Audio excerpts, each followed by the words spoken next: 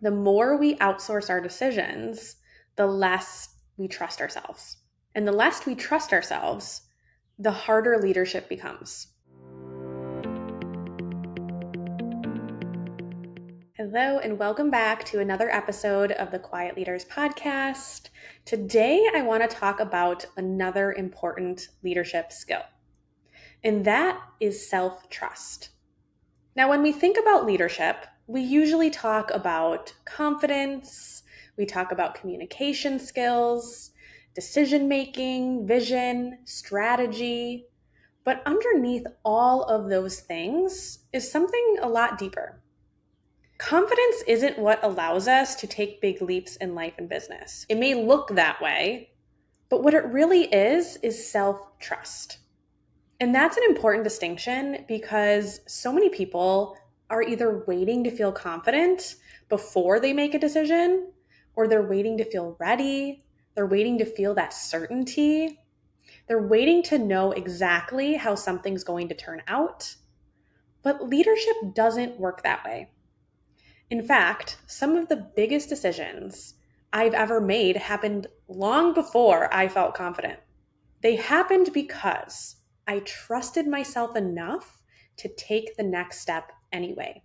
And when I look back on my life, there have been so many of these moments where self-trust completely changed the trajectory of everything.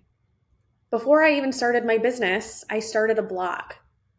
Now, this might not sound like a huge deal, but at the time, it felt incredibly vulnerable.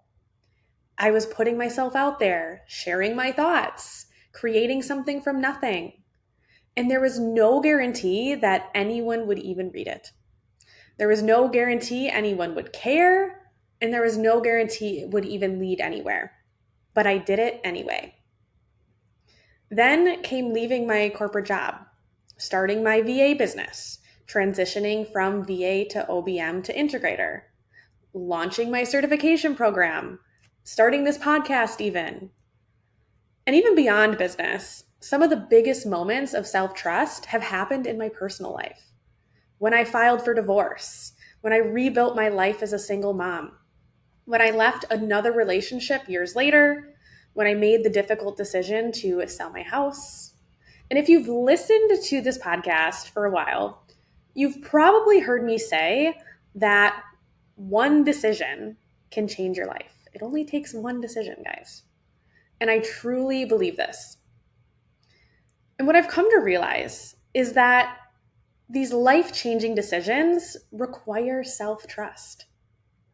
But before the life changes, before the opportunity appears, before the results show up, there is usually a moment where you're standing in uncertainty.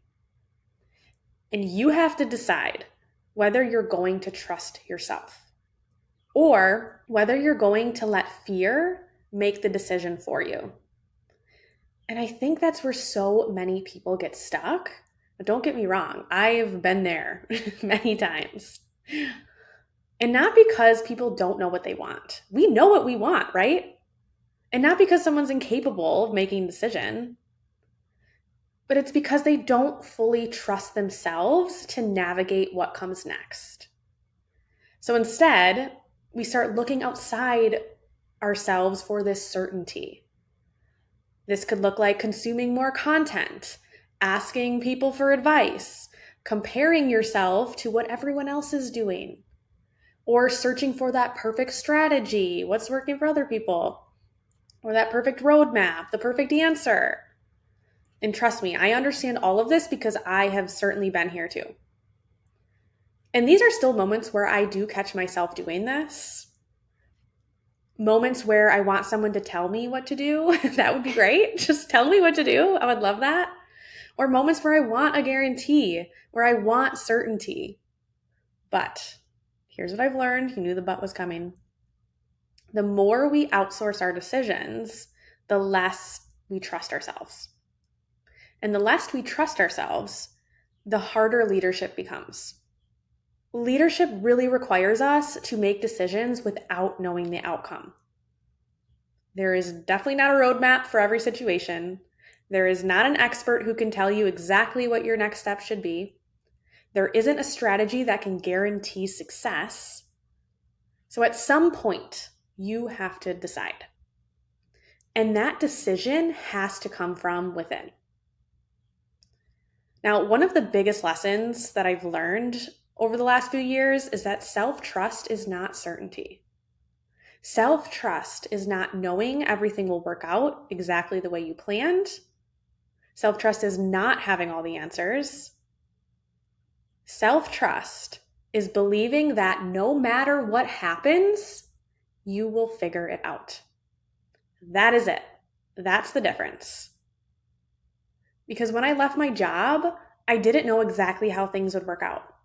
When I started my business, I didn't know exactly how that would work out. When I launched my program, I didn't know if anyone would join. When I made major personal decisions that completely changed the course of my life, I didn't know exactly how things would work out afterwards.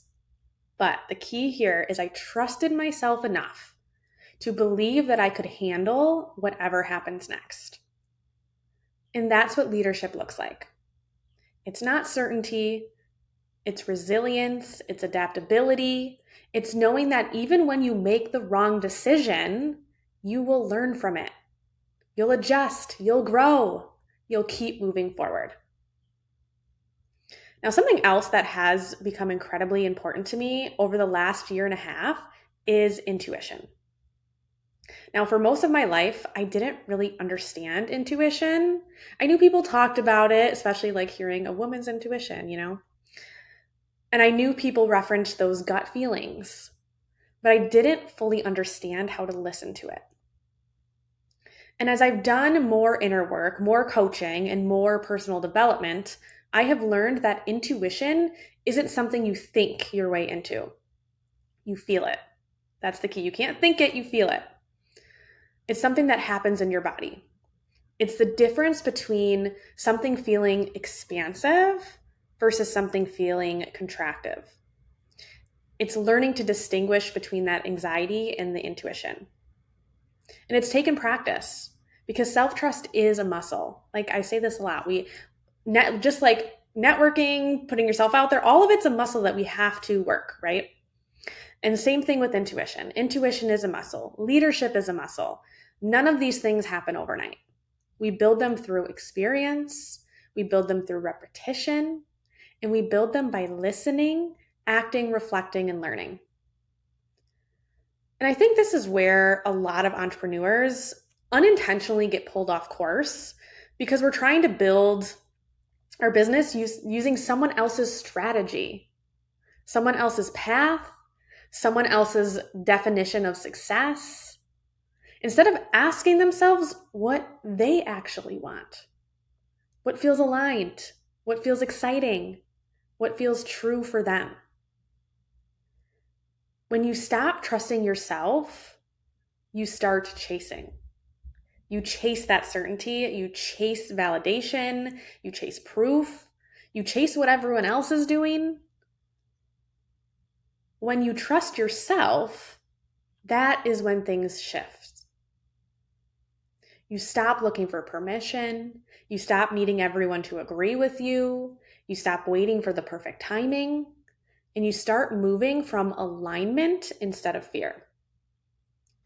One of the greatest examples of this in my own life happened almost exactly a year ago, as I'm recording this right now. I made a decision that I didn't want to make. I really didn't. A decision that felt incredibly difficult, a decision that changed everything. And at the time, I couldn't fully see what was waiting for me on the other side. I couldn't see how much I would grow. I couldn't see who I would become. I couldn't see how much peace, clarity, and alignment would eventually come from that decision. All I knew was that my intuition was telling me something wasn't meant for me anymore. And I trusted it. Not because it was easy, not because it felt good at all, it did not, but because deep down I knew it was true. And now looking back a year later, I am so incredibly grateful that I listened. Sometimes self-trust isn't about making the exciting decision. Sometimes it's about making the difficult one. The one that requires you to let go, the one that requires you to walk away, the one that requires you to trust that something better exists, even though you can't see it yet.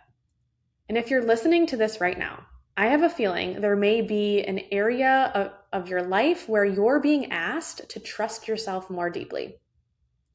Maybe it's your business, maybe it's in a relationship, maybe it's in a decision you've been avoiding, maybe it's in a dream you've been talking yourself out of. Whatever it is, I want you to remember this. You do not need more certainty. You do not need more permission. You do not need someone else to tell you what you're capable of. You need to trust yourself. Confidence doesn't always come before the decision. Sometimes confidence is what comes after the leap, after the action, after the evidence. The real leadership skill is learning to trust yourself enough to take the next step before you know exactly how everything is going to unfold. Now, thank you so much for another great episode of the Quiet Leaders Podcast. If this episode resonated with you, I would really love for you to share it with a friend. Feel free to take a screenshot, tag me on social media, or leave a review for the podcast. And if you do leave a review, you get to pick a gift that I will send you. And until next time, keep leading quietly, confidently, and in alignment with who you truly are.